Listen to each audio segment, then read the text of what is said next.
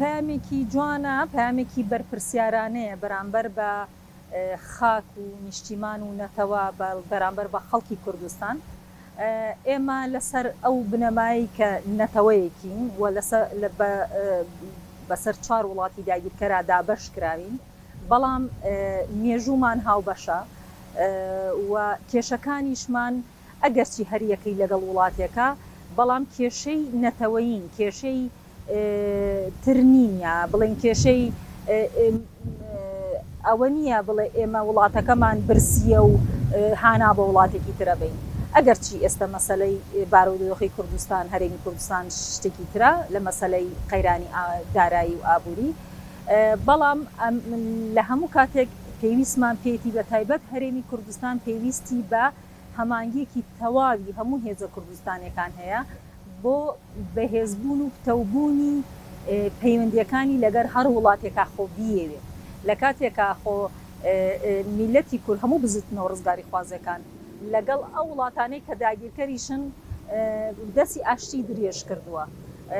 کەجەکە خۆ کە پەیامێک بڵاو دەکاتەوە لە پێناوی ئەوەدانێ پەیوەندی هەرێمی کوردستان لەگەڵ وڵاتێکی دراوسێ تێکچێ، بەڵام ئەم پەیوەندیە بەداخەوە لەسەر بنەمای بەرژەوەندی هاوبەش بنیاد نەندراوە، لەسەر بنەمای شکۆی هاوبەش بۆ هەردوو وڵات و بۆ هەردوو نەتەوە بنیاد نەندراوە، بەداخەوە لەسەر بنەمایەکی بەرژەوەندی کەسی و بنەماڵەیی و حیزبی بنیاد نراوە. بۆیە ئەو لاسەنگیە دەبینین سەیرەکەی لە کاتێکا هێشتا تەنها تۆ مافێکی خۆت پیادە کردووە، خۆ ڕێفراندۆم مافێکی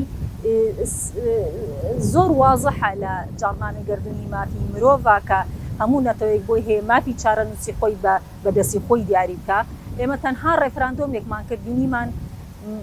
دەوڵەتی تورکیا، دەوڵەتی ئێران چۆن هاتنە سەرخەت و دژایەتیان کردین، کەواتە ئەم پەیوەندیە لە پێناو چیایە لە کاتێکە من تووشی قەیرانی دارایی بم بەهۆی گرێبەستەنەوتیەکانی کە لەگەڵ تورکیا کراوە توش بم و کاتێکا کە بنێ مافێکی ڕەوای خۆم پیادە بکەم لە هەموو کەس دوژمنە کارانەتر بێتە سەرخەت و بەرامبەرم بوەستێتەوە، دەبێت بەم پەیوەندیانەیە سەرکردایەتی ئێستای کورد دەسەڵاتی سیاسی هەرێمی کوردستان بچێتەوە و هەمانگی لەگەڵ هەموو هێزە کوردیەکان دروست بکات بۆ ئەوی پەیوەندی لەگەڵ هێزە کوردیەکانیش باش بێ و بە هێز دەرکەوێ بەرامبەر بە هەر دەوڵەتێکی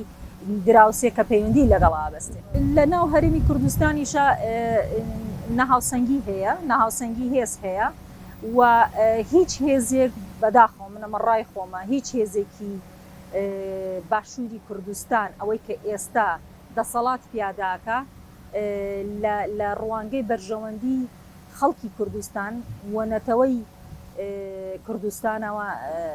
سیاسەتەکانی داناڕێژێ، بەڵکو وەکوتم لەسەر بنەمای بەرژەوەندی چەند گرێبەستێک کە کراوە لەگەڵ ئەو دەوڵەتانەیە ئەم مامەڵانە بەڕێواچێ. ئەگینا خۆ ئەگەر تۆ سەیری ئەلفوبێی دنیای سیاسەتکەی هەموو وڵاتێک سیاست ئەکا لە پێناو بەرژەوەندی خۆی و بەرامبەرەکەشی بە هەمان شێ بۆی ئەم هاوسەنگیە پارێزێ، بەڵام ئێمە ئەو بەرژەوەندیە لاسەنگە ئەو سیاسەتەی کە ئەکرێ لە پێناو خەڵکی کوردستانە نییە، وەکوتم گرێبەستەکانن تەحەکومەکەن بە سیاسەتی هەرێمی کوردستان و دوجاری ڕنگدانەوەی بێت بۆ سەرژیانی خەڵکی کوردستان. خۆی کەجەکەش کە پەیامەکەی ڕاگەیاندووە دەبێت میکانیزمی ئەو گردبوونەوەی ئەو کۆبوونەوەی ئیتر ئەگەر کۆنگرەی لە چوارچەوەی کۆنگرەیەکدا دەبێت هەر شتێک بێ دەبێت میکانیزمێک بدۆزێتەوە هاوسەنگی ئەو هێزانەش بپارێزێکە لە ناو هەرێمی کوردستان، چونکە بەداخەوە ئەوە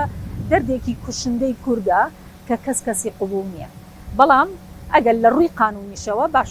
حکوومەتی هەرێم هەیە وایە دەسەڵاتێک هەیە پێویستە میکانیزمێکی گونجاو بخاتە ڕوو بۆ ئەوەی کە ئەو کۆبوونەوەی چۆن بکرێت و هیچ لایەنێک بە تایبەت هیچ حیزبێک بە تایبەت باڵادەست نەبینرێتایە، سەرمەشق نەبینرێتایە، تەنها نەتەوەی کوردستان خەڵکی کوردستان سەرمەشق بێ و سنتەر بێ بۆ ئەو گفتوگۆ کۆبوونەوە و سیاسەتەی کە داڕێژرێ و ئەگەر ئەنجام بێت. من ئاگاداری سیاسەت یەکێتی نیشتیمانی کوردستان نیم. هەر حزبێکی کوردستان پێویستە بەدەم هەر بانگێشتێکی نیشتیمان پەروەرانەوە بچێکە هەر لایەک بیکات، وەکو وتم ئەو کاتە دەبێتە هەمووان بە هەر کەسێک کە بەشدارە بێ تێبینی باشی هەبێ، ڕاوپێژنیاری باشتری هەبێ لەوەی کە بانگێشتەکەشی کردووە، ئەو کاتە هەموو خەڵکی کوردستان بێتە خاوەنی. ئیرادەی میلەت زۆر گرنگە، هەر وەکو لە مێژووە بینیمانە و خوێنمانەتەوە. کاتێک کە میلەت یەکدەست بوو، یەکدەنگ بوو، یەکگوتار بوو، دەتوانێت بەرەوڕووی هەر هێزێکی گەورە ئەگەر لە دنیاە گەورەترین هێزیش بێ چۆکدایە ئەو هێزە بەرامبەر بە ئیرادەی میلەت، بەڵام بەتەنها دەسەڵاتی سیاسی نا، بە پشتیوانی میلەت ئەم کارە دەکرێت. بۆیە ئەو جۆرە کۆبوونەوانە ئەو ئیرادەیە دەرەخات.